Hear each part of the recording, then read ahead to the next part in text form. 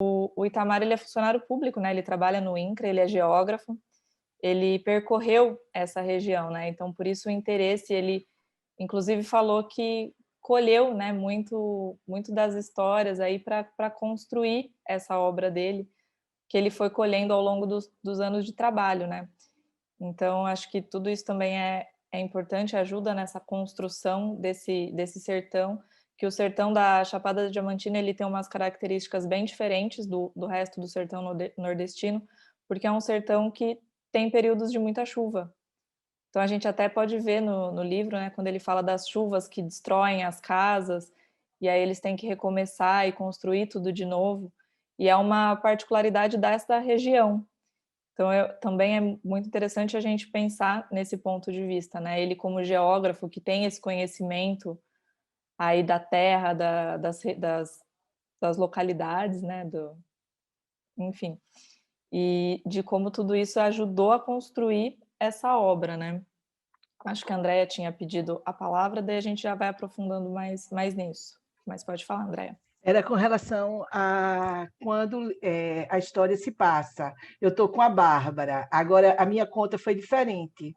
Em algum momento, acho que na morte do pai, a mãe contando que quando ele nasceu, havia apenas 30 anos da abolição da escravatura.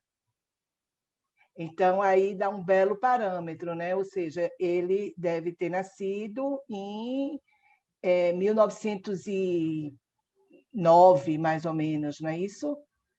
9 ou 19, 88, 98, 30 anos, 19, 1919. Então, assim, se você fizer uma continha, né, as meninas, considerando 20 anos que ele tenha tido as filhas, então, assim, chega perto do que Bárbara inferiu com os carros.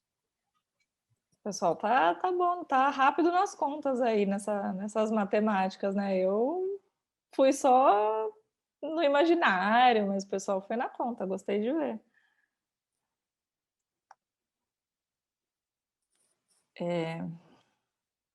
A Belle tá falando que a conta foi a mesma. Olha só, e ela recorreu ao Google.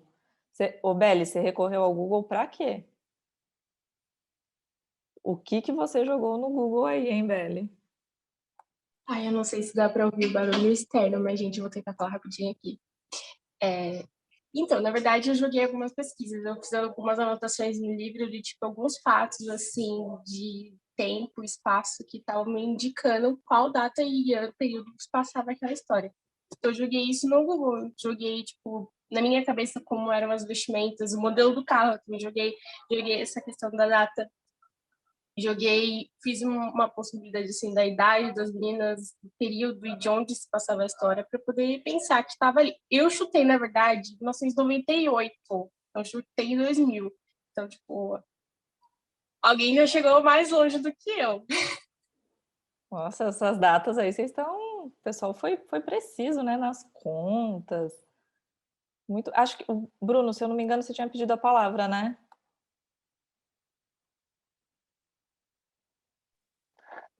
Só para comentar acerca disso mesmo, eu acho que é uma obra bem atual, e aí eu ia falar de um documentário até que eu vi há pouco tempo, acho que foi o próprio Fantástico, pouco tempo não, né? Deve ter uns 2 anos, que o Fantástico fez sobre o Nordeste, em relação às escolas, como que é vulnerável ainda, né? Se a gente pegar as regiões mais extremas lá do Nordeste, essa acessibilidade ao mundo, né?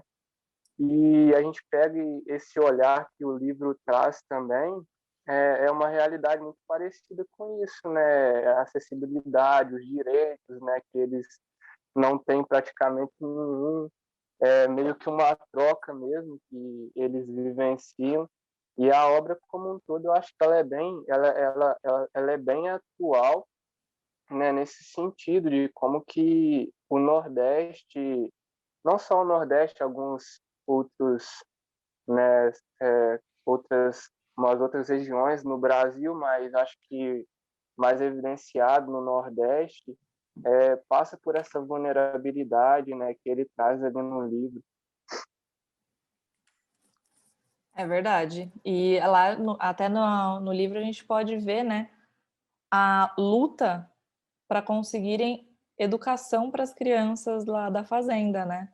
A gente sente isso, assim, porque são crianças e não, elas não têm esse direito à educação, né? Então eles têm que brigar para ter uma fazenda, para ter um professor, uma outra pessoa que ensine. E, é assim, a gente sabe, né, que isso existe, que ainda hoje acontece, que é real.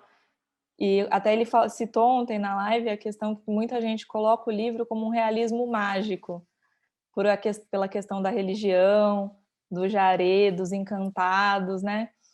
E, e será que é um realismo mágico? Não é a nossa realidade? A gente não vive isso? Como é que também vocês viram essa...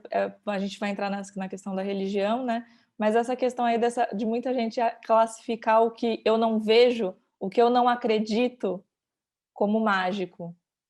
Como é que vocês sentiram isso no livro?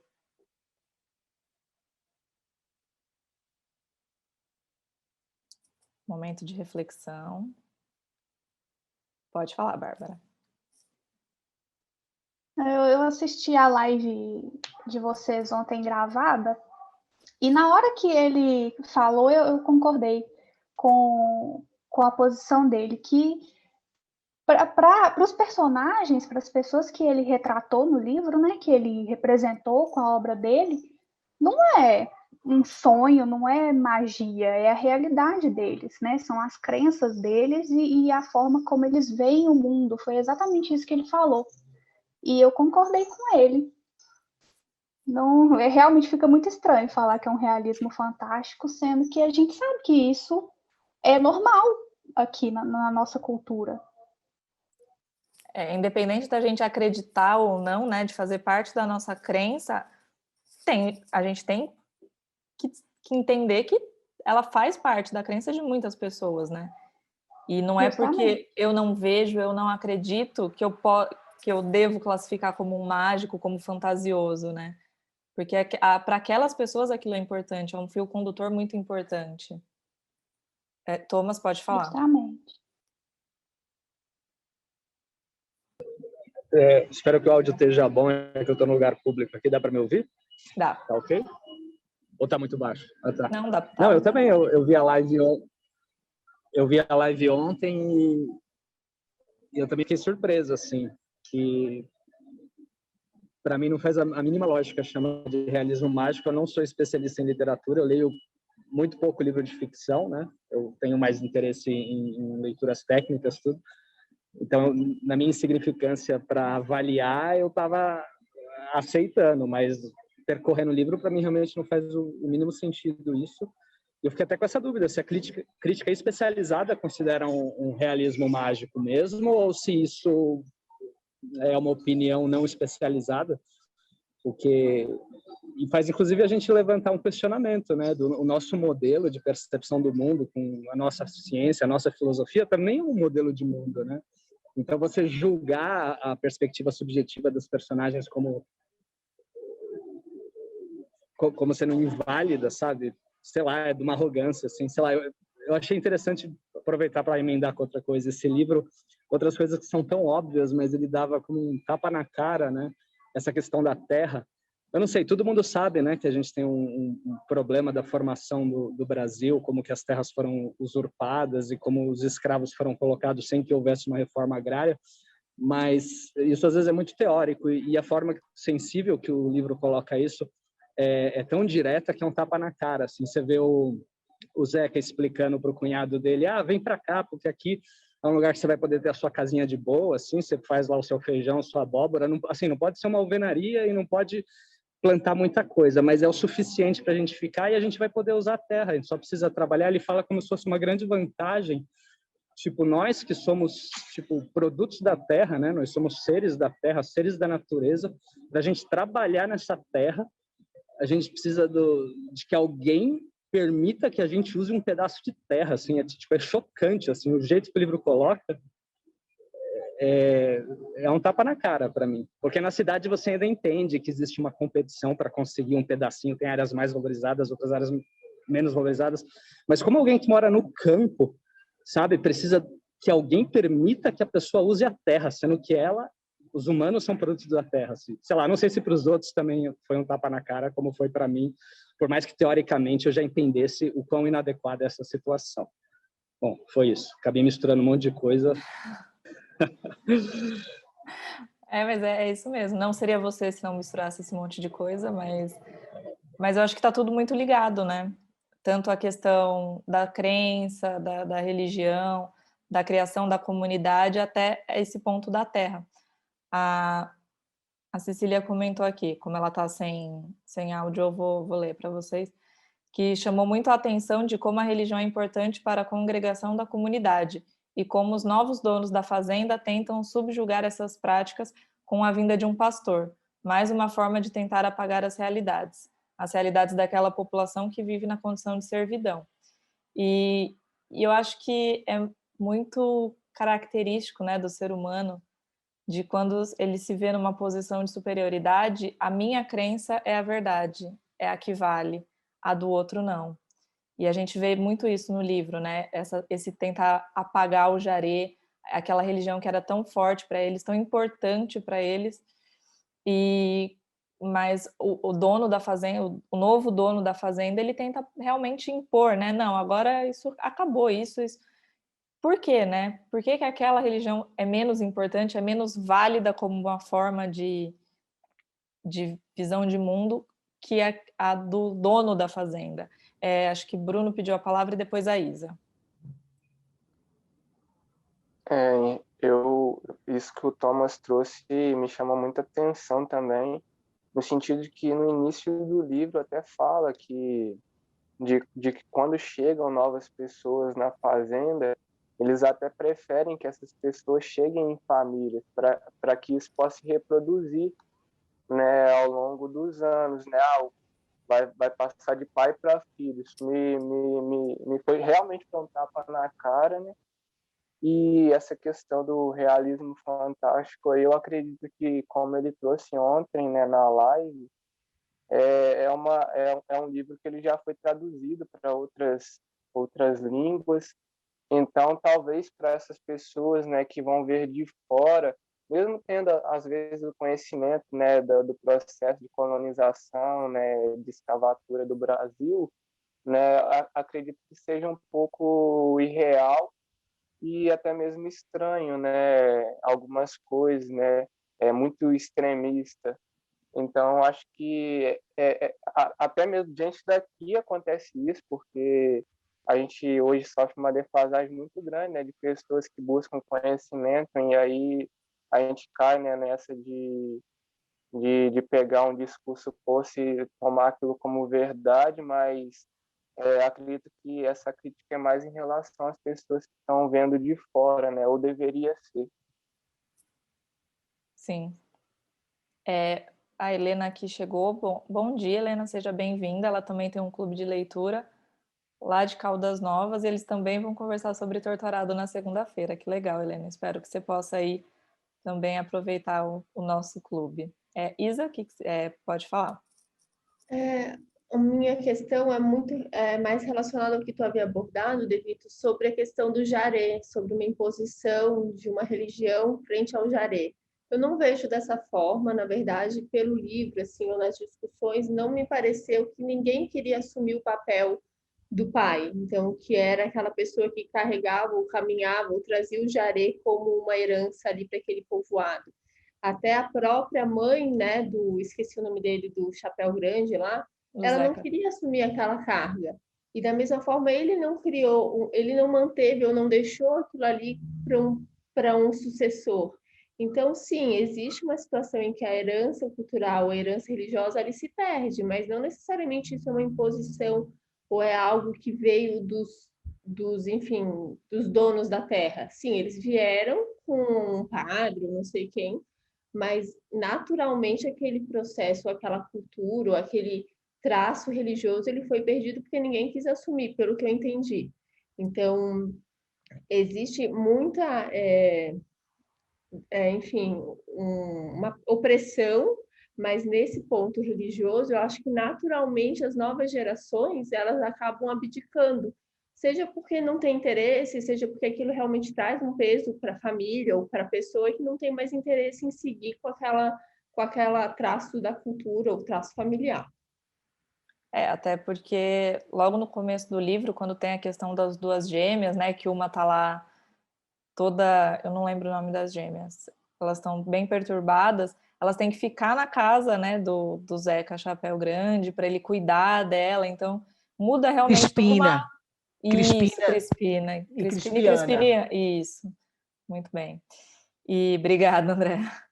E ela tem que ficar, né? Então muda toda a rotina familiar. Realmente é um, digamos assim, um fardo, né? Que eles têm que carregar. Pode falar, Cássia. Então, eu já li de uma forma diferente da Isabela. Eu li como uma estratégia de dominação mesmo. Faz um tempo eu li um livrinho do Dalai Lama e ele contando o que o governo chinês estava fazendo em relação à cultura do povo tibetano para favorecer o domínio. E na hora que o domínio chinês sobre o Tibete, né, aquela guerra que tem lá. E na hora que eu li Torturado, essa passagem com a chegada do pastor me remeteu muito ao que eu tinha visto nesse livro do Dalai Lama. Então eu li de uma forma diferente da Isabela. É isso. Eu acho isso muito legal, porque realmente tá lá, né? O que ele escreve tá bem claro, é aquilo que tá lá. Aconteceu tanto que a Isa falou, do fato de ele não ter passado para ninguém ter se interessado em continuar essa tradição. E tem também a questão de que levaram um pastor, bateram de porta em porta, mas como a gente recebe, vai muito do que a gente já leu, do que a gente vivencia, do que a gente vê, né, de como a gente entende o mundo, e eu acho isso muito legal. Nossa, o Thomas mandou aqui Thomas, por que você mandou esse textão e você não quis falar? Era só uma colocação, já tinha passado esse assunto, eu só quis fazer pontuar. Não, mas pode falar. Do etnocentrismo aí. Não, que isso eu fiquei puto mesmo, dos caras chamar de... É que eu estudei antropologia, né? Então, assim, você catar e julgar a cosmovisão do outro, sendo que a gente está imerso numa cosmovisão também, dentro da própria ciência, não tem unanimidade. Isso se chama realismo científico, né? Dentro da ciência é uma filosofia dominante, mas tem outros cientistas que questionam também esse realismo, né? Então, é isso, era só estava pontuando. O que todo mundo conseguiu ler aqui o que o Thomas falou? Se vocês não conseguiram ler, eu vou falar aqui. O Thomas fala: assim como o racismo estrutural afeta até mesmo a academia, como Itamar colocou, o realismo científico, que é a cosmovisão dominante no Ocidente, também afeta essa academia, que acaba classificando como realismo mágico uma obra meramente realista. O Thomas, ele é todo das palavras, vocês perceberam, né? Que ele tem esse discurso. É bonito ver o Thomas falar, gente. Eu gosto, eu até queria que ele tivesse falado isso ao invés de ter escrito, mas tudo bem, pode falar, Isa. Thomas, mas eu acho que também a gente tem que lembrar que o último livro que a gente leu, que foi o Terra Sonâmbula, que era do Miyakoto, também foi visto como também é classificado como realismo mágico, e outros livros também, sei lá, acho que Gabriel Garcia Marques, do 100 Anos de Solidão, me parece também um realismo mágico. Então, não necessariamente... É uma forma de encaixar. Eu acho que quando a gente rotula e a gente classifica, a gente de alguma forma coloca aquilo num local que não necessariamente ele se encaixa perfeitamente, mas as classificações elas vão sempre passar por algum tipo de injustiça ou não adequação. Mas eu acho que, enfim, é o que é. Pegando até aí o gancho que a Isa falou do Miyakoto, que foi o nosso livro de janeiro, com também o livro que a gente já leu no Clube do Livro, que foi A Casa dos Espíritos. Esses 3 livros são livros classificados como realismo mágico, e a gente pode ver muita diferença, assim, A Casa dos Espíritos eu entendo mais como um realismo fantástico, realismo mágico, porque a gente tem ali a Rosa que tem o cabelo verde, e ninguém nasce com o cabelo verde, né? Isso a gente sabe.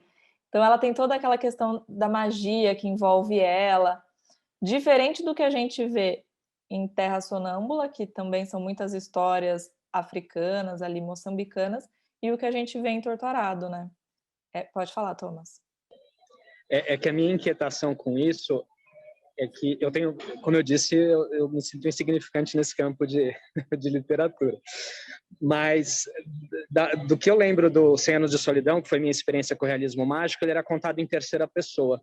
Então, na minha cabeça, isso justificava aquilo ser mágico. Porque ele realmente citava, assim, tipo, sei lá, a menina subiu aos céus. Eram umas coisas absurdas, assim, sabe? Agora, tanto o Terra Sonâmbula quanto o Torto Arado, eles estão em primeira pessoa. Então, eu não sei. Para mim, tudo que acontece lá pode ser a interpretação de algo que acontece nesse mundo fenomenológico físico que a gente vive, assim, sabe? Teria que ser realmente em terceira pessoa, falando algo que desafiasse demais as leis da física para eu achar que aquilo é mágico, entende? Vocês entendem meu ponto? Sim. E até já puxando o gancho do que o Thomas falou, né? Da questão da narração do livro, nós temos aí 3 visões, né? Bibiana, Pelonísia e a entidade do Jaré. Como é que vocês se sentiram? O que vocês preferiram? Qual visão vocês mais gostaram de acompanhar? De Bibiana, Belonísia ou da entidade do Jaré? Que, apesar da história ser a mesma, né? A gente vai mudando ali um pouco os ângulos, né? Que a gente está acompanhando. Então, como é que vocês sentiram com esses 3 campos de visão aí dos personagens? Qual vocês mais gostaram, sentiram maior facilidade?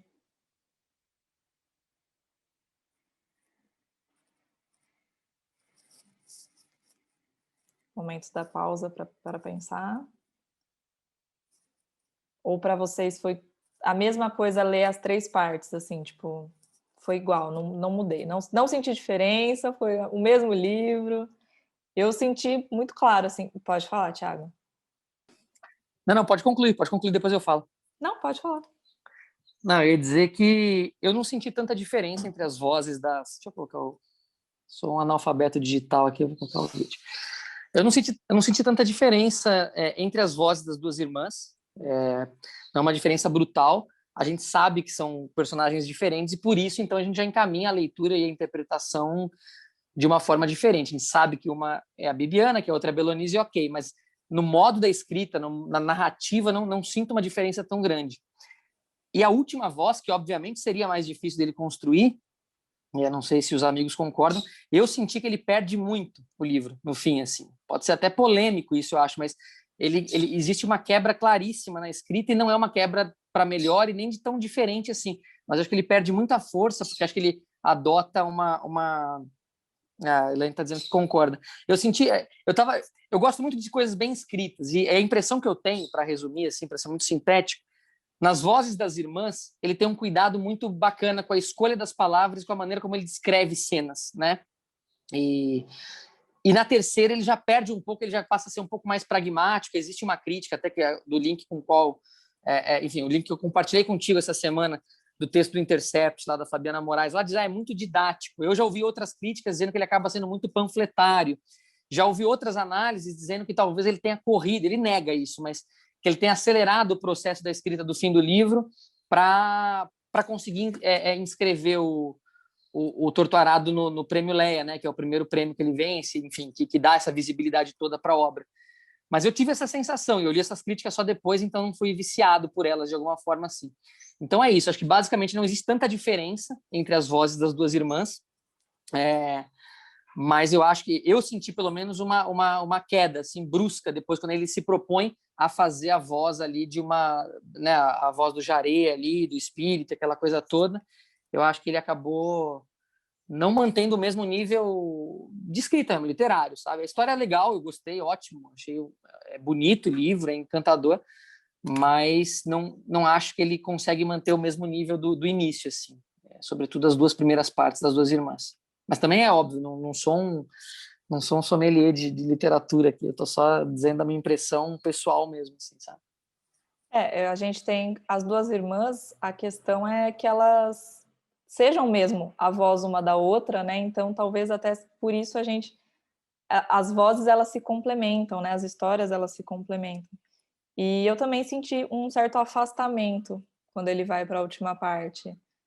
Eu acho que talvez, não sei se eu senti essa perda de fôlego que você falou, mas eu senti esse afastamento da história e começou a ficar muito distante para mim. Assim, uma coisa muito, muito fora ali. Eu gostei, mas eu também tive essa... A Thaís falou que não percebeu e demorou para entender quando mudava as vozes. Como assim, Thaís? Não que eu não percebi, mas sei lá, demorei um tempinho, assim, umas páginas para entender que tinha mudado, sabe? Principalmente de uma para outra. Na última parte, não. Na última parte fica bem claro, né? Eu acho que tem essa quebra que o Thiago falou, mas eu não achei que foi ruim. Eu, inclusive, acho que gostei mais da última parte do que... Eu acho que ele fecha o livro muito bem, né? Colocando essa última voz. Mas de uma para outra, eu tive um pouquinho de... Nossa, mas calma aí, que não era a outra que estava falando? Assim, né? Deu uma confundida no comecinho até eu entender que tinha mudado mesmo. Uma coisa que me chamou a atenção, acho que até foi uma coisa que eu já conversei com o Thiago sobre isso, é essa questão dos autores quererem mudar de narrador ao longo do livro. A gente também teve isso em Terra Sonâmbula, né? Que a gente tem os narradores... Que a gente tem o narrador, o Kinzu, e o Mundinga, né? Então a gente tem essa troca aí dos narradores. Então eu não sei se nesse caso, eu não sei também se seria necessário essa terceira voz. Pode falar, Alexandra. Bom dia. Eu achei o seguinte, quando ele passa a narrar na visão do encantado, é o que o encantado observou.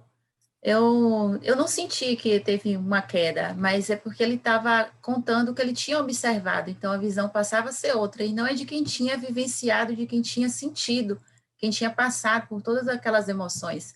Na minha percepção, a diferença foi essa aí.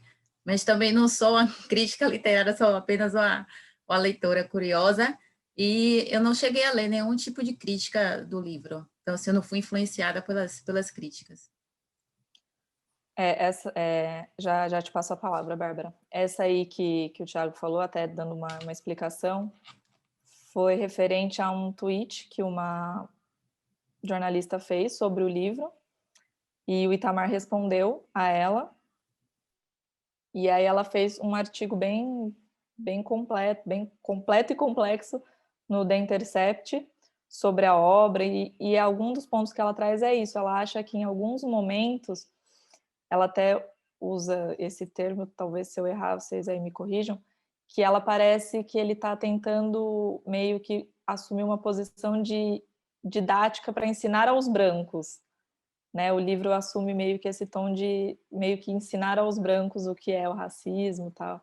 Então, eu até vou tentar colocar o link aqui para vocês depois, quem quiser ler, para entender também essa polêmica, eu acho que é interessante. Mas é isso, Bárbara.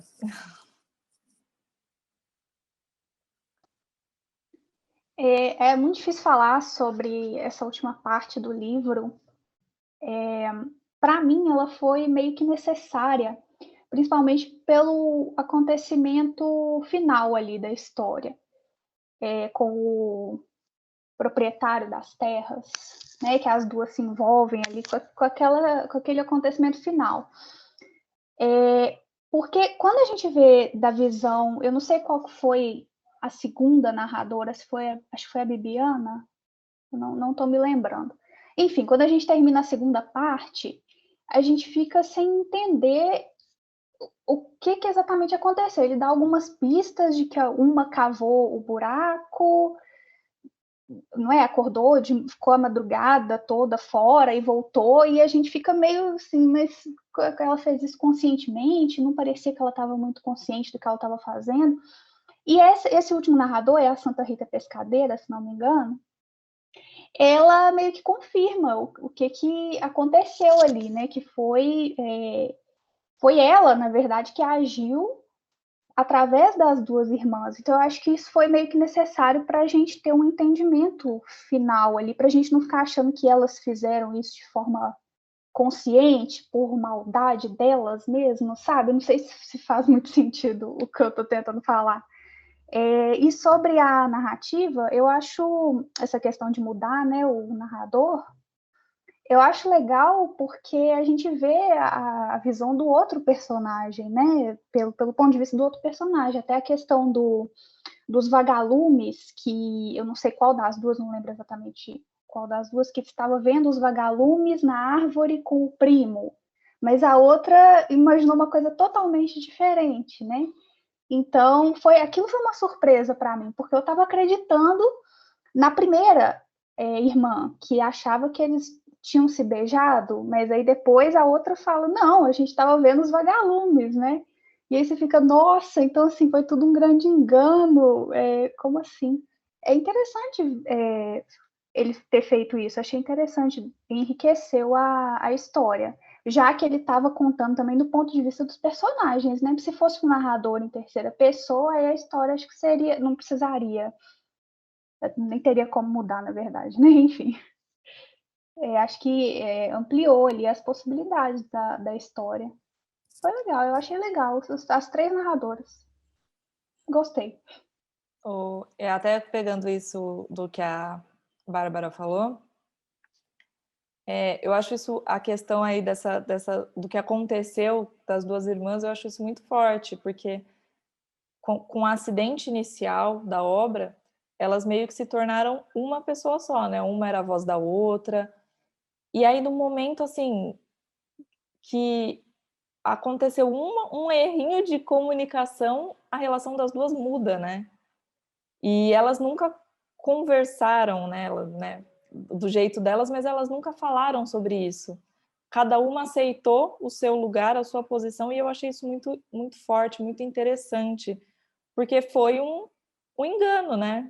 Como a Bárbara mesmo falou, uma achou que estava beijando e aí falou para a mãe e não era nada daquilo, mas elas nunca falaram sobre isso.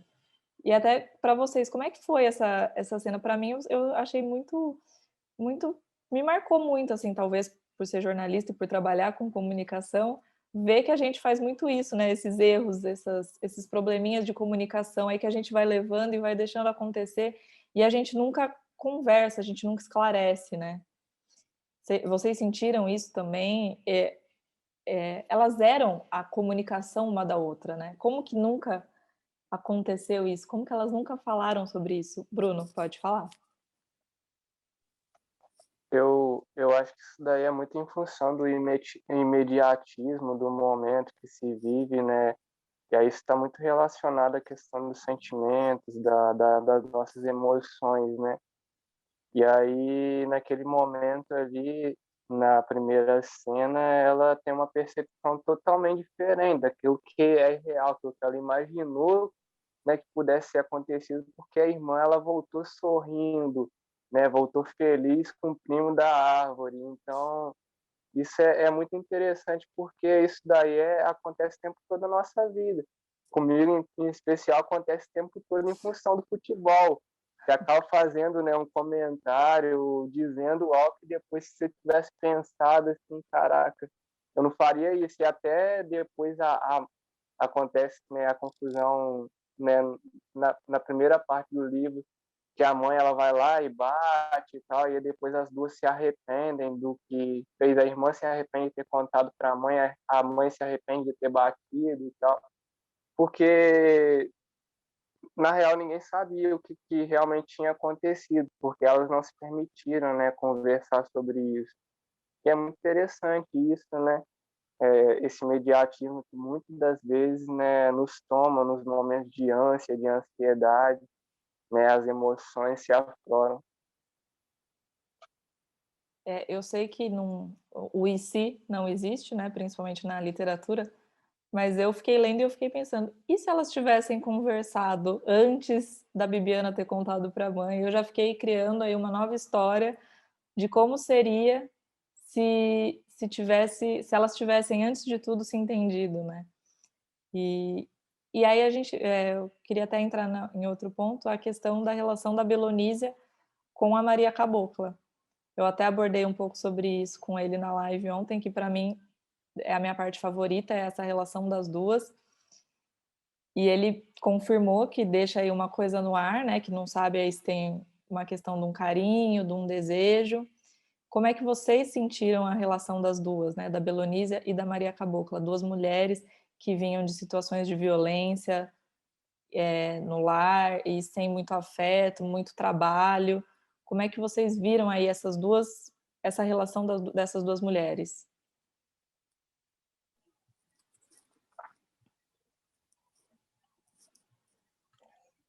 Eu achei que ele quis deixar no ar mesmo. Eu senti também uma relação entre as duas. Sentiu esse afeto, né? Isso. Eu senti até mais da parte da Belonísia, né? Quando ela fala da trança, que ela deixou as tranças no cabelo, que era uma maneira dela lembrar. Na hora que você trança, né, você está tramando, né, enredando, né, a si e o outro, não é isso? Então, assim, eu acho que até a trança é uma metáfora das vidas das duas. Achei assim, que existia ali um potencial, se não fossem tão reprimidas, de existir alguma coisa. Ficou no ar. Ficou no ar. E eu acho também que tem muito da questão, né, não sei também, mas de tudo que elas conheciam como mundo, né? Talvez não fizesse esse romance, nem habitasse a cabeça das duas por conta de tudo que elas conheciam, né? Mas elas sentiram essa troca, né? Essa troca de afeto, de carinho, de cuidado de uma com a outra. Exatamente, era uma realidade muito distante, né? Sim. Vocês também sentiram isso, essa força e potencial de uma relação das duas? Como é que foi para vocês?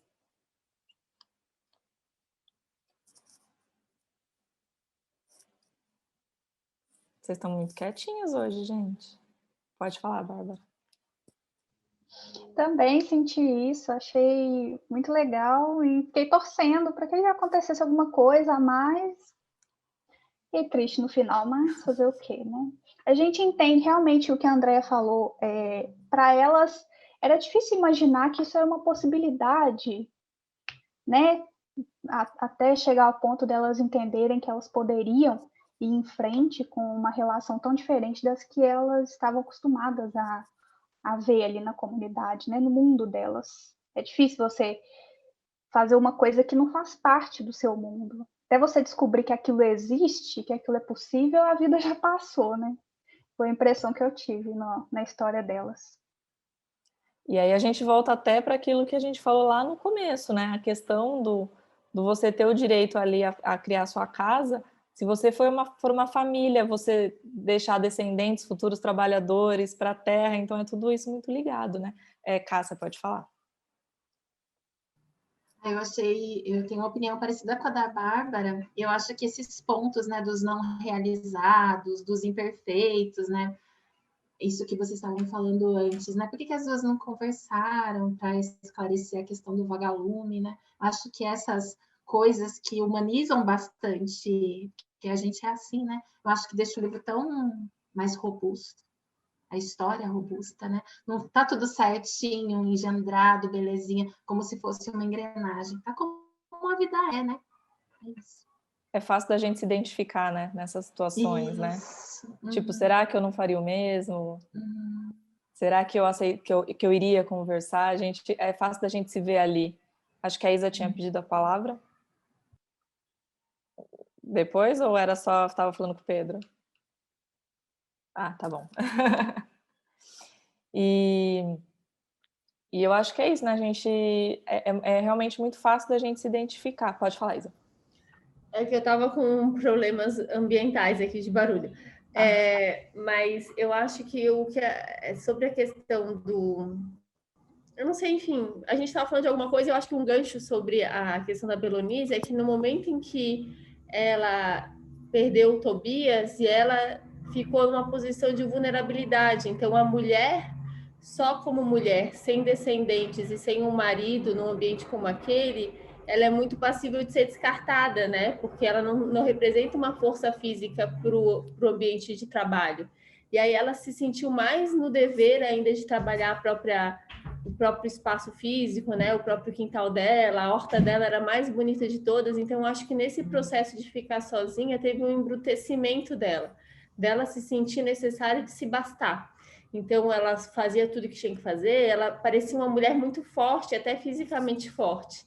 E aí, a Maria Cabocla aparecia como essa oposição, como essa mulher que precisava de alguém que cuidasse dela. Então, acho que acabou tendo uma conjunção assim de necessidades. Então, a Belonísia, era aquela mulher que se bastava, e numa forma até meio grosseiro, meio estilo uma mulher meio masculinizada, ou meio assumindo um papel de homem, no sentido de que vai para a roça e cuida de tudo, e tem um facão e enfrenta o homem. E aí, por isso que ela e a Maria Cabocla acabaram, enfim, de alguma forma, se encontrando nessa, uma precisando da outra, e ela precisando desse carinho e desse afeto que ela não encontrou com Tobias, e nas suas relações ela acabava não tendo mesmo. Até porque toda a relação dela com o Tobias também foi uma relação muito de uma necessidade, né? Eu quero ver o que a minha irmã está tendo com o Severo, eu quero sair da casa dos meus pais e ter a minha casa. Então foi muito de um lugar de uma necessidade, né? Dela se construir como uma pessoa e não de um afeto, né? Então ali os dois nunca tiveram esse afeto, essa troca de afeto. Pode falar. E aí, até complementando até o que o Thiago tinha falado sobre a questão de como o livro foi escrito, eu também tenho zero, assim, não sou uma pessoa técnica, não tenho conhecimento aprofundado, mas de forma geral, eu não gostei do livro. Enfim, se ele ganhou 1000 prêmios, enfim, mostra que o meu conhecimento é completamente contrário às opiniões né, das pessoas que são expertos. Porque eu achei, assim, as histórias muito mal contadas, como que de repente a faca lá, que era da avó dela, apareceu no meio das coisas do Tobias, sabe? Eu acho que algumas pontas meio soltas, e como que depois a Belonísia, sem conseguir se comunicar, falava tanta coisa, eu fiz isso, eu fiz aquilo.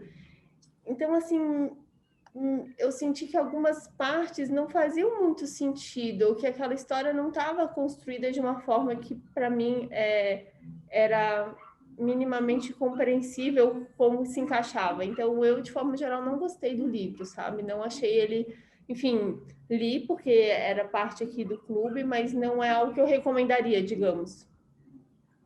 A Isa foi a primeira pessoa que eu vi falando que não gostou do livro. E eu gosto dessas opiniões antagônicas. Porque tava todo mundo, né? E o livro, o grande sucesso, tava todo mundo gostando muito do livro. E aí, quando a Isa me falou, Devito, não gostei. Eu falei, olha, que bom. O pessoal não está totalmente influenciado ainda pelo sucesso literário. E essa questão, Isa, eu acho que é uma coisa engraçada, assim, tipo, vou expor minha mãe. Ela lendo, assim, ela lia uma página, ela fazia assim, quem perdeu a língua foi a Bibiana, né? Aí ela lia outra página, quem perdeu a língua foi a Belonísia, né? Aí ela passava outra página, quem perdeu a língua foi a Bibiana, né? Então, ela ficou nessa dúvida, assim, eu acho que o livro inteiro, ela terminou, eu falei assim, quem perdeu a língua, mãe? Porque ela ficou muito nessa, meu Deus, eu preciso saber quem perdeu a língua, e eu acho que ela acabou deixando muita coisa até, não sei como é que foi, mas ela ficou muito nisso, assim, quem perdeu a língua? Quem perdeu a língua? Mas eu gostei dessa construção, eu achei umas partes, assim, extremamente poéticas, umas frases muito bonitas, umas construções muito bonitas, mas pode ser real, isso que você sentiu faz todo sentido, assim. Pode falar, Thiago. Não, apesar de ter gostado do livro, eu reli, na verdade, tinha lido ano passado para um outro clube de leitura, e aí quando vocês propuseram essa leitura para esse mês, eu falei, não, eu vou ler de novo, até porque a experiência da releitura é sempre outra, né? Mas, e apesar de ter gostado muito, eu concordo com a Isa que tem muita ponta solta. Essa questão da faca, de fato, do nada aparecer ali no Tobias, beleza, claro, pode acontecer, mas por que não um capítulo que fosse para tentar, de alguma forma, amarrar essa história? Essa história também acho que a outra ponta solta, eu queria até, antes da Isa ter levantado esse ponto, que é a questão da cena ali que acabou afastando as irmãs, né? A Belonísia estava com o Severo e depois não estava mais. Eu não sei, eu tenho a impressão que se de repente ele tivesse deixado a dúvida, sabe? Talvez ganhasse em charme o livro. Assim, seria mais uma interrogação para a gente dizer, pô, mas será que foi? Será que não foi? Eu tenho até essa dúvida. E aí até pergunto para vocês, eu não, por falha minha, assim, eu deixei passar. Né? Será que, de repente, ele não quis deixar? Elas nunca mais conversaram sobre isso. Será que não teve algo? Será que essa história do vagalume é, de fato, a verdade maior? E se é, por que ele não desencanou disso e, de repente, deixou essa interrogação, assim, essa coisa? Porque é uma coisa que estimula, né? Então, acho que, assim, ele fecha muito bem a ponta da língua, ele começa grande com essa coisa de você, dessa experiência que sua mãe teve aí, de, foi a Belonísia, foi a Bibiana? Não, quem perdeu? Quando ele resolve essa questão, que é muito legal, porque causa essa sensação logo no começo do livro, ele não consegue depois causar essa sensação com outras questões, né? E as irmãs também, a Crispina e a Crispiniana também, elas têm um papel muito bacana ali, os capítulos sobre elas, as histórias delas são muito boas, e tem uma trama ali. Os dois filhos, assim, são do mesmo cara, e ele também não amarra isso no fim das contas, assim, elas desaparecem do livro, né? E eu gostaria de ter voltado, você gostaria que, de repente, no fim, de alguma forma, essas irmãs aparecessem com... Não precisa nem desvendar o mistério, mas, assim, eu acho que elas ganham uma força gigantesca em algum momento do livro, prendem a atenção do leitor e depois elas simplesmente desaparecem, entendeu? Então, também acho, tem muita ponta solta que poderia ser desenvolvida melhor. E outras que, de repente, ele desenvolveu, como é o caso do Vagalume, aí, da Belonísia com o Severo, eu acho também, eu penso no contrário. Por que ele resolveu isso, entendeu? Será que não seria mais legal ele ter deixado essa questão, as irmãs conviverem para o resto da vida com essa dúvida, mas será que era, será que não era? E com o tempo isso deixa de ter importância, porque afinal de contas ele já está com a Bibiana, enfim. Eu acho que ele peca um pouco nesse quesito, sim, também. Da Crispina e da Crispiniana, tem até um capítulo que ele encerra dando assim um gancho maravilhoso para continuar a história delas. Tipo, isso mudou a vida delas, assim, aí você fica esperando, meu Deus, o que aconteceu com a vida delas? E aí depois só tem essa questão dos filhos, tal, mas realmente não desenvolve, né? Eu fiquei também esperando grandes coisas da história dela. E a questão das irmãs, se ele não tivesse explicado, acho que poderia ser o novo traiu ou não traiu, né, do século XXI. Exatamente, uma questão machadiana. Viraria o novo traiu ou não traiu do século XXI. E até essa questão que o Thiago levantou, né, o livro, eu senti assim um livro, e talvez tenha sido uma das coisas que a Isa sentiu, tem muitos personagens. É um livro que tem muitos personagens, aparecem muitos nomes, e alguns personagens eles só aparecem ali naquele momento, e aí eles desaparecem. E, tipo, às vezes você nem sabe o que ele tá fazendo ali, né? Vocês tiveram dificuldade também com essa questão de muitos personagens, de muita gente? Quem que é essa pessoa? De onde ele surgiu? Ou foi só... Porque eu confesso que eu não me apeguei muito a isso, né? Até pegando as dicas que a Natasha deu na live do mês passado sobre Mia Couto, de não tentar entender tudo. Então eu usei muito isso para ler e acabei deixando. Falei, às vezes eu li uma pessoa assim, fulano de tal. Mas fulano de tal já estava aqui? Da onde surgiu fulano de tal? Para onde vai fulano de tal? E eu senti muito isso, mas eu deixei. Eu falei, mas eu vou trazer essa questão porque eu quero ver se fui só eu que senti essa questão com esse monte de personagem ou não. Bruno, pode falar. A Natasha foi a que foi da live do Mia, né? Isso. Então, eu acho que ela, naquele momento que ela falou isso, foi libertador para mim. Porque uma coisa que eu tenho percebido muito, né, até mesmo em análise, essa questão de autocontrole, né? De querer, às vezes, controlar tudo e não deixar, né, sentir, não deixar, né, experienciar mais, né, de forma espontânea os momentos. E eu ficava muito preso nessas informações, nome de personagem, nome disso, e aí o livro acabava no fim. Tanto que o livro do Mia, eu fui ler ele nos 4 dias finais, porque eu até então só tinha lido 20 páginas do livro, porque eu não conseguia, né, aquele monte de termo e esse livro é a mesma coisa, muito personagem. Mas só que aí eu peguei, né, a fala dela e falei, cara, eu não vou ficar me prendendo, né, porque no decorrer do livro a gente vai entendendo, né, os significados, né, desses personagens, talvez apareça ou não depois. E aí acho que até por conta disso eu não me apeguei tanto, né, na situação das irmãs. Eu peguei mais como uma forma de contextualizar mais a história do pai mesmo, né, como curador. Acho que foi a história mais impactante no meu modo de pensar do livro, assim, em relação, né, à forma que o pai fazia, né, aquele processo dele. E não fiquei muito preso a isso. Mas também achei que deixou algumas pontas soltas. Acho que é até um risco que se corre, né, ao colocar esses muitos personagens e mais de um narrador, né, no decorrer da história. Você acaba às vezes deixando, né, uma ponta. Acho que a gente até já comentou sobre isso em algum outro clube do livro, que o autor que faz isso tem que ter um cuidado muito grande, porque senão ele acaba ramificando demais e se perdendo. Algumas coisas ficam sem ser amarradas. Mas eu me senti assim, mais leve por conta da fala da Natasha, então eu não me apeguei muito a isso.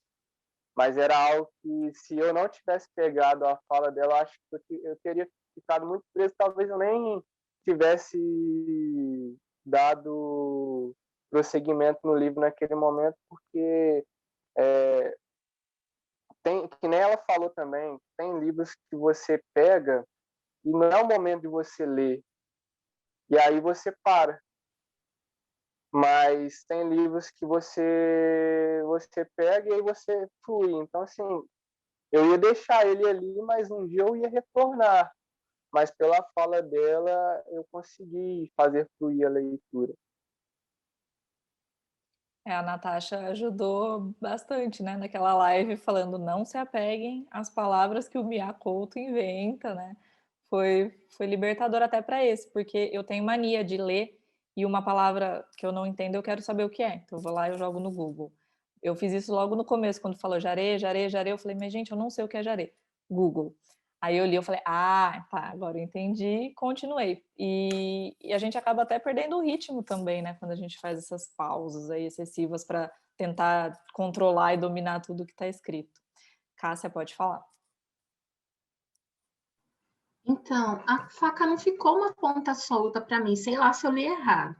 Porque a faca foi a faca que a dona Ana usou para matar o cara que molestou a filha dela.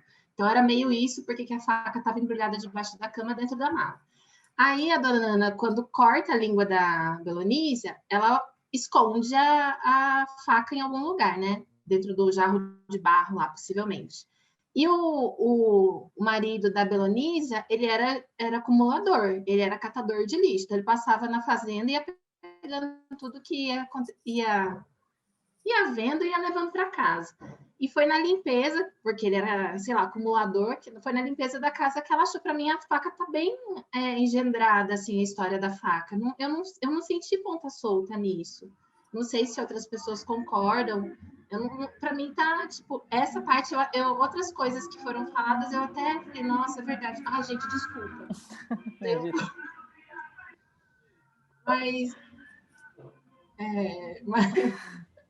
Mas outras coisas eu até falei, nossa, é verdade, mas a faca, para mim, ela tá bem, bem arrumadinha, bem certinha a história. Eu senti falta. Perdão, venha falar. Não, pode falar. Tá. Depois não, eu concordo, acho que tem essa questão do Tobias, ele tinha essa coisa de a casa dele é aquela bagunça, que tem um monte de coisa que ele pegou de tudo que é lado e tal.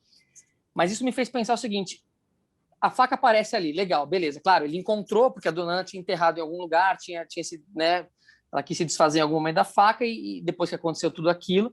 E beleza, tá claro que o Tobias achou, mas o que eu sinto falta é de como ele achou, sabe? Uma cena que fosse, de novo, seria uma parte de um capítulo, um parágrafo que fosse, porque como a faca tem esse protagonismo, ela é me fugiu aqui um fio condutor, de alguma forma, da história, né? Assim, ela aparece em todos os pontos do livro, ela é muito importante. Vale até a reflexão, de repente, se não valeria uma voz com a faca, né? Porque a escolha das vozes dele é uma coisa que também me intrigou, assim, até com base no que a Isa falou. a Isa De Vito, no caso, já que as irmãs têm a mesma voz, porque elas são a mesma coisa, aquela coisa, por que ele escolheu, então, falar as duas irmãs e não, sei lá, dar voz para outras pessoas, outros personagens no meio de tantos? Mas aí é outra história.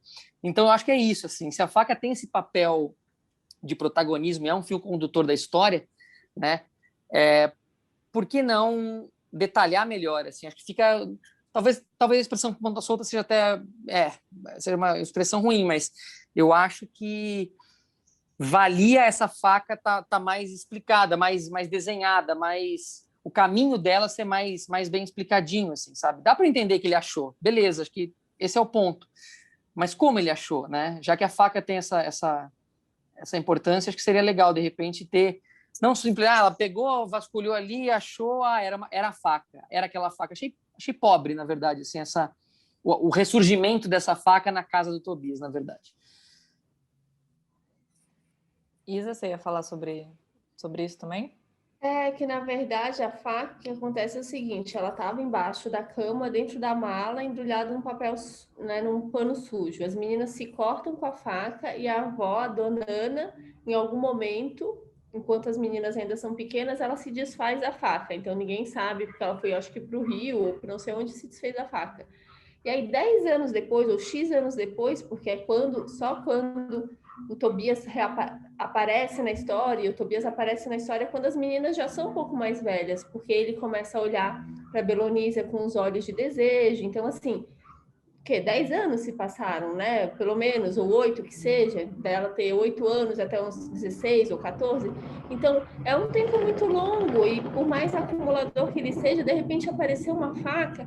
Então, assim, algumas coisas me deixam um pouco incomodada. E aí a gente olha a capa do livro, é um torto arado e são duas mulheres segurando uma mão da outra. Aí tu fala, nossa, uma perdeu a língua, outra se sente culpada, uma vai ser a voz da outra. E tu pensa que aquilo ali vai ser um livro em que as irmãs têm uma simbiose, que elas são muito próximas, e que aquilo ali realmente é um livro de, sabe, fraternidade, enfim, de uma luta juntas. E eu não sinto as duas assim dessa forma próximas, entendeu? Tipo, a menina lá, a Bibiana, no primeiro momento foi lá e acusou a irmã de estar dando em cima do primo, daí largou tudo e foi embora. E cadê essa relação? E cadê as duas de mão dada? Sabe? Então, assim, a única coisa que elas realmente fazem de mais grandioso juntos é matar lá o cara no final, porque... E com a mesma faca que a avó roubou do cara lá. Então, tipo, a faca realmente, como o Thiago comenta, ela tem um papel muito mais interessante, que a faca é a faca que a avó roubou do cara que era o visitante na fazenda que a avó trabalhava. A faca, ela matou o cara que molestou, né? E a faca depois serviu para ela enfrentar, enfim, alguém e depois matar alguém que, enfim, que causou sofrimento à família. Mas, enfim, a história, eu não acho que ela se construiu de uma forma muito concisa. Eu acho que o início estava bonito e ele foi, de alguma forma, se perdendo. Ou eu, tipo, perdi o interesse pela Bibiana, que, desculpa, largou a irmã lá sem voz, sem língua, sem nada, e foi, né, foi para a cidade com o namorado. Sei lá, não gostei. E até pegando o gancho do que a Isa falou da capa, a foto que ela foi inspirada, não sei se vocês já chegaram a ver essa foto, é uma foto muito bonita, né? E elas estão segurando, não sei se é facão, não sei o nome disso, mas eu vou mandar aqui para vocês.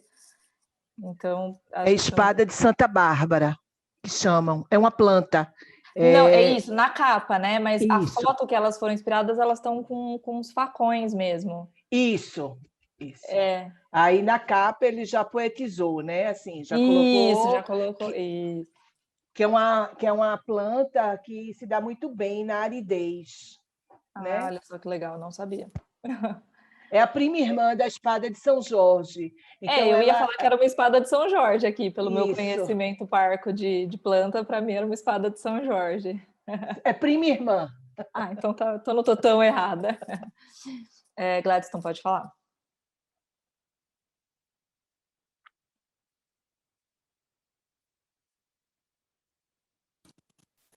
Ei, tudo bem? Estão me ouvindo? Estamos ouvindo bem, pode falar.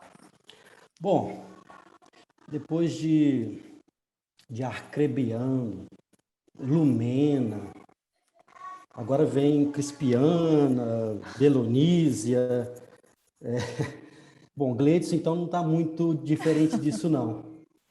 Obrigado, viu, mãe? Te perdoo. Bom, brincadeira. Bom, sobre realismo fantástico, mágico, é só alguém querer que o Guarani suba esse ano. Aí é realismo fantástico, mágico e tal.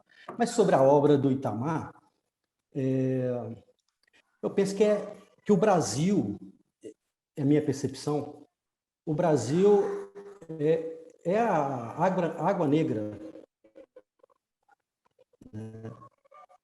Esse aí é o Brasil. Eu falo de Valadares, né? Para quem...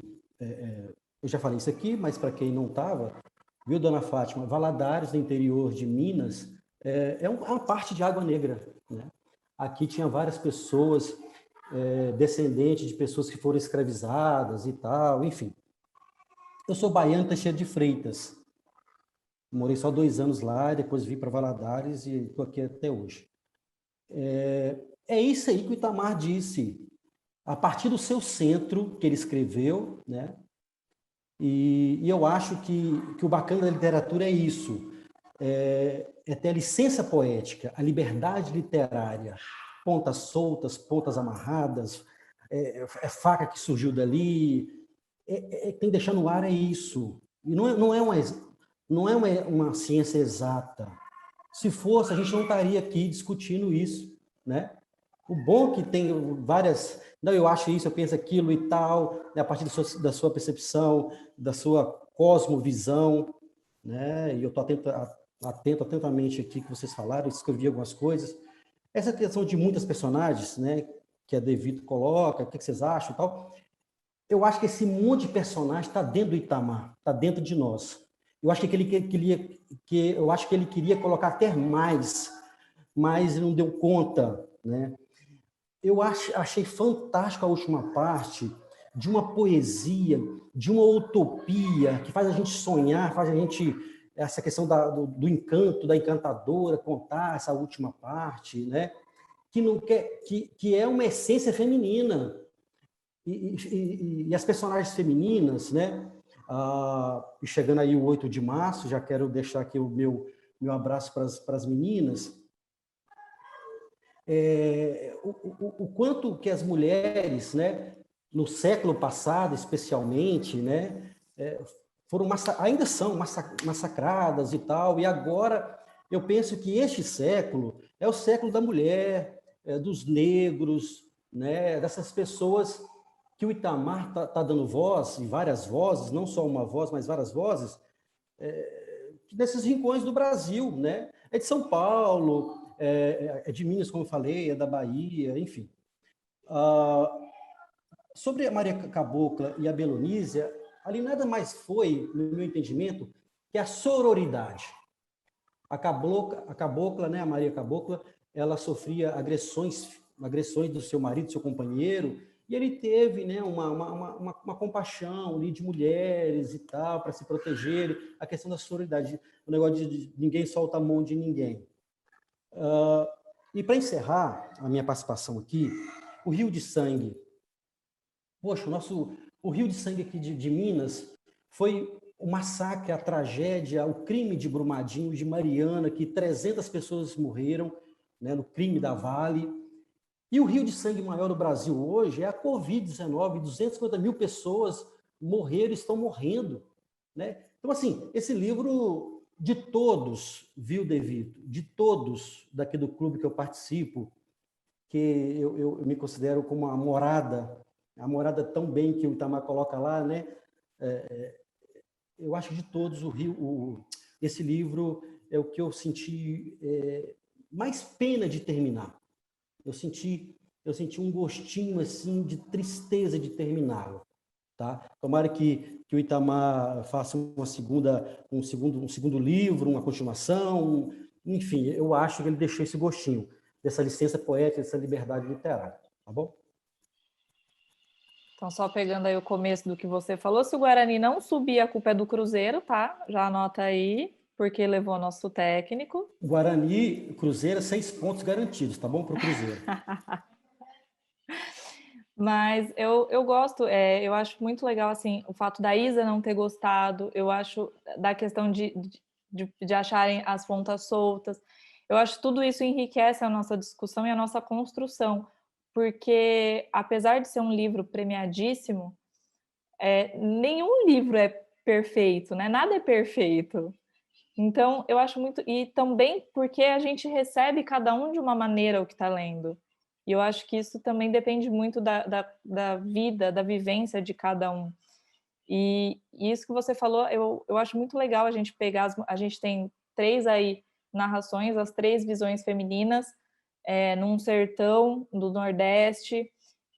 Mas a gente também, a gente falou bem pouco, mas a gente tem personagens masculinos interessantíssimos. O pai das meninas, que é o Zeca Chapéu Grande, ele é um personagem muito rico. O próprio Severo, com essa questão mais sindicalista, de querer aí mudar as condições do povo. E o próprio Tobias, né? Então, a gente falou bem pouco, mas a gente tem uns personagens masculinos, apesar da narração do livro ser feminina, dessa visão feminina de muitas personagens mulheres e da força que elas apresentam no livro, os personagens masculinos, eles não são meros coadjuvantes, né? Eles têm papéis muito definidos e muito importantes também nessa construção da história. E aí, a gente encerra aí falando desses personagens masculinos. O que vocês acharam desses personagens? Sentiram falta aí de um maior destaque até para um ou para outro? Como é que vocês receberam esses homens da história? Pode falar, Thiago. Tá sem som. Agora sim. Boa. Não, muito bem colocado, porque eu acho a construção do Zeca Chapéu Grande, acho brilhante, assim, é um personagem complexo, é um personagem que permeia também toda a história, né, mesmo depois da morte dele, mas eu acho curiosa, por exemplo, a dualidade, que ele é um líder da comunidade, ele é um cara muito respeitado por todo mundo, ele é um líder espiritual, é o cara que todo mundo procura, e ainda assim ele tem esse aspecto da condescendência em relação aos chefes, né? Assim, e aí o Severo aparece até como contraponto disso, o que faz o Severo também um personagem interessantíssimo, porque as meninas até então sempre olhavam para o pai com admiração, e o Severo é o primeiro cara que chega e diz, olha, legal, tal, mas vocês estão sendo explorados, né? Estamos sendo explorados. E ele traz essa consciência que ninguém tinha, nem o próprio Zeca, no papel de líder ali, sempre foi um cara manso. Existem várias cenas, inclusive, em que até esqueci o nome do personagem lá, mas o gerente da fazenda aparece e pega as frutas, etc. e tal. As meninas, de vez em quando, percebiam e se olhavam, e aquilo causava um incômodo, e o Zeca, ainda assim, estava tranquilo, submisso, e naquele aspecto que alguém citou no começo, acho que você mesma, né, o importante, eu acho que o Thomas tem a terra e tá tudo bem, a gente tem um espaço para morar, aquela coisa assim de estar sendo explorado, estar sendo escravizado, e ainda assim o cara não tem qualquer consciência de classe, né? Assim, ele, apesar do papel de liderança dele, ele tem essa submissão mesmo, essa condescendência em relação aos patrões. Achei bem bacana, e daí o surgimento do Severo também é muito legal, assim, acho que até exploraria mais essa questão de repente, porque é muito bacana, muito Brasil também, né? Ele tá bem ali, ele tá tão imerso naquela realidade dele que ele não surge essa dúvida, né, que o Severo traz, de olha, vocês estão sendo explorados, porque para ele é assim, sempre foi assim, sempre vai ser assim, é uma coisa meio imutável, né? E eu senti mais falta, assim, também dessa questão sindicalista aí do Severo. Eu acho que poderia... Eu gostaria que ele tivesse trabalhado mais isso. O Thomas, acho que tinha pedido a palavra? E agora o Thomas sumiu? Eu estou em movimento aqui. Estou precisando sair com a minha família aqui. Mas eu falo rapidinho. Achei interessante que o Zeca, ele tinha muitas características que geralmente são as positivas associadas ao feminino. Então, eu até achei estranho o Itamar falar que assim, as mulheres são mais fortes no livro. Ele falou isso na live. Eu achei que elas tinham características de força atribuídas ao masculino, né? De firmeza, de atitude, tudo. Mas o Zeca tinha o positivo do feminino, porque ele curava as pessoas porque ele tinha aquela resiliência quando algo ruim acontecia, que ninguém sabia lidar, ele sabia lidar melhor do que a maioria das pessoas. Geralmente isso é dito de mulheres, né? Essa capacidade de resistir à dor do parto ou qualquer tipo de dor emocional. É por aí. O Thomas aí com os pontos dele, com os pontos femininos e masculinos. Mas tem bastante disso também. Talvez até isso que torne os personagens interessantes, né? Eu acho que para mim o ponto mais forte do livro são, de fato, os personagens. Pode falar, Gladstone. Só um ponto em relação ao Zeca, Chapéu Grande. O que mais chamou a atenção foi a questão dele construir a escola, querer construir a escola, mesmo ele não sabendo ler, escrever, né, tal, mas não, se eu não tive isso, eu quero que vocês tenham isso, quero deixar um legado, mesmo não sabendo o que seria legado e tal. Achei muito legal. Espera aí, meu filho, rapidinho. Então, eu achei muito legal isso. Meu pai teve, antes dele falecer, ele só estudou até a 4ª série primária, minha mãe até a 3ª. Mas ele nunca, aí eu me remeto ao Zeca, ele nunca falou assim, não, você não vai ficar igual a mim, você vai estudar, não sei o quê, não sei o quê. Ele não fez a escola com as mãos de alvenaria, mas ele fez a escola dentro da minha mente, dentro do meu coração. Isso eu não esqueço jamais. É o Zeca. Que legal. O Zeca, ele tem essa característica mesmo bem marcante, né? Essa luta aí pela escola. Eu não tive, mas eu quero que os outros tenham, né?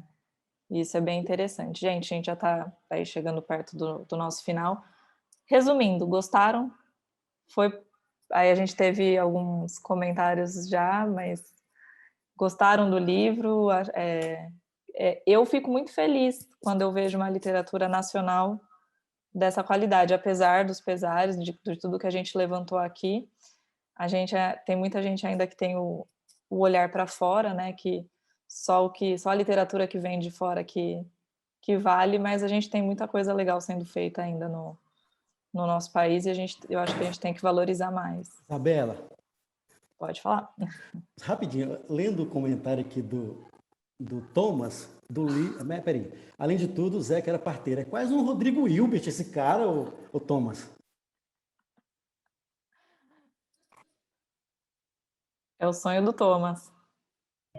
Era isso mesmo, cara. É o personagem que eu mais gostei. Ele tinha características muito positivas mesmo. Minha mãe está falando aqui, eu não sei se vocês chegaram a ouvir, porque o som dela saiu para mim, porque ela está na sala. Ela falou que só resta a dúvida se o Zeca era bonito igual o Rodrigo Hilbert. Pelas carinhas, o pessoal não está botando fé no potencial do Zeca. Dona Fátima, a licença poética, você pode imaginar o Zeca do jeito que você quiser, tá? Gente, vamos... mais uma vez, eu acho que a gente teve uma discussão aí com muitos elementos, uma discussão muito positiva, né? Como sempre, eu gosto muito dessa troca que a gente tem aqui todo mês. E eu já vou apresentar o livro que a gente vai ler no mês de março. Não sei se alguém já leu, comecei já a ler. Também é outro livro premiado para a gente criticar com carinho. E o livro de março é sobre os ossos dos mortos. Não sei se alguém já leu. Alguém já leu? Já teve contato aí com esse livro? Não é nacional, não, né? Ele ganhou um prêmio. Não, é de uma escritora, acho que sueca, não é polonesa. Isso? Ela é polonesa. Eu ganhei esse livro essa semana. Olha e ela, só. assim, ela começa a estudar numa fase de aposentadoria, astrologia. Isso, exatamente. A joia. Eu ganhei essa semana, por coincidência. Ela foi a vencedora do Nobel de 2018, a Olga Tokarczuk. A gente não vai ter live com ela, tá, gente? Porque eu não sei falar polonês, infelizmente. Senão a gente faria. Mas o último sábado de março, eu não lembro que dia é. É dia 27 também, dia 27 de março. Então, esse aí é o nosso próximo livro. Mais uma vez, estão todos convidados. Eu acho que vai ser muito bom. Eu espero dessa vez que a Isa goste do livro. E, gente, para a gente encerrar, como todo encontro, peço aí quem puder ligar a câmera para a gente fazer a nossa foto do encontro.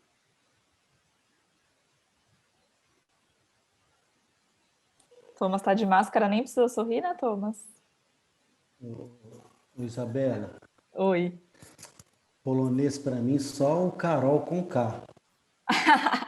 Mas aí... O Karol Wojtyła, o Papa do João Paulo II. Ah, esse Carol Conká, né? Que eu fiquei assustada, que eu falei, meu Deus. Esse pode, esse tá tudo bem. E tem mais um participante da Série B aqui no nosso encontro, Gladstone, olha aí. Quem? Olha. Quem? O Bruno, olha a camisa que ele tá. Ah, o segundo time é o Vasco. Tamo junto, Bruno. Estamos levando a Série A para a Série B. Série B esse ano vai ser melhor que a Série A. Quem mais aí é... Tipo assim, sua mãe não é Guarani não, pelo amor de Deus, né? Óbvio que é. O pessoal não tá entendendo nada desse papo de futebol. O Thomas fica nervoso quando eu começo, gente. Então vamos lá. Quem tiver aí com o livro já pode mostrar. A Cecília falou que não pode, eu entendo. Cecília, tudo bem. Vamos lá. X. Gente, muito obrigada por mais esse encontro. Espero encontrá-los todos novamente em março. E é isso. Bom dia, um bom final de semana para todo mundo e até a próxima.